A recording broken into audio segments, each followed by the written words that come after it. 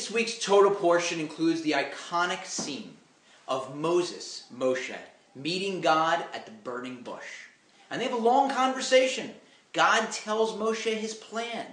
His plan is for Moshe to assume the leadership of the Jewish people, to go back into Egypt and to lead the Jews out of Egypt into the promised land. But Moshe resists. He has all sorts of objections. He explains to God, the Jews won't believe me. He explains, I'm not articulate. And God patiently responds to each of Moshe's objections, reassuring him that everything will go well. Finally, Moshe has one last objection. He tells God, send the person you usually send, meaning Moshe's older brother, Aaron.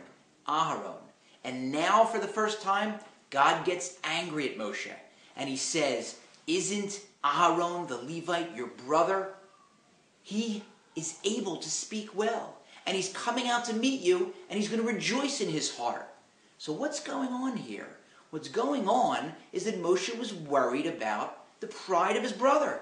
He felt that Aaron might be upset if he'd be divested of the leadership position in favor of his younger brother Moshe.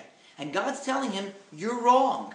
Aaron's not going to be upset. He understands that everybody has a role. His role was to lead until now. Your role is to assume the leadership. And the great sage Rashi tells us that as a result of this exchange, Moshe lost the priesthood. He was supposed to be the Kohen Gadol, the high priest. And his children were supposed to be the priests after him. Instead, the priesthood was taken away from Moshe and given to Aaron. Why? Because God knew and was telling Moshe, in effect, you're wrong about your brother.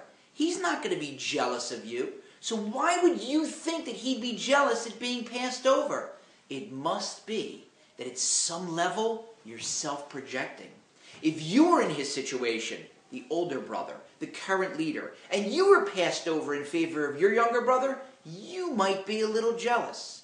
And you can't have any feeling like that if you're going to be a priest, let alone the high priest. Now, of course, Moshe worked on this. And to the extent he had some infinitesimal level of inappropriate ego, he certainly got rid of it. Because we see later in the Torah that Moshe is referred to as the single most humble person on the face of the earth.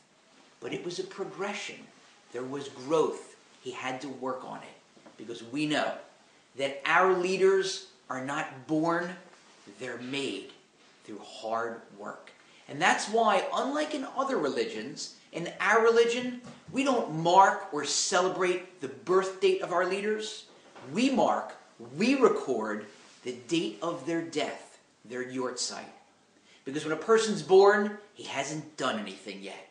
It's only at the time of a person's death that we can finally get the full measure of that person and see all that he has accomplished.